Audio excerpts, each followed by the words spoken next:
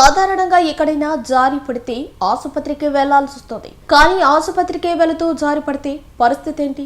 ఇలాంటి అసాధారణ పరిస్థితి కోట మండలం కోట పట్టణంలోని ప్రభుత్వాసుపత్రి వద్ద నెలకొంది. నిత్వా తుఫాన్ ప్రభావంతో ఎడతెరిపి లేకుండా కురిసిన భారీ వర్షాలకు కోట సామాజిక ఆరోగ్య కేంద్రం పూర్తిగా జలదిగ్బంధమైంది.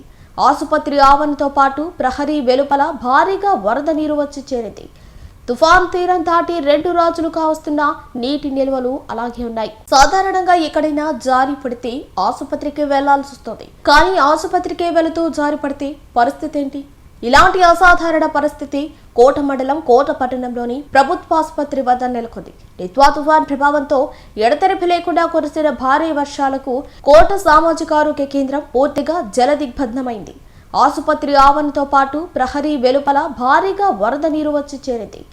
తుఫాన్ తీరం దాటి 2 రోజులు కావస్తున్న నీటి నిల్వలు అలాగే ఉన్నాయి.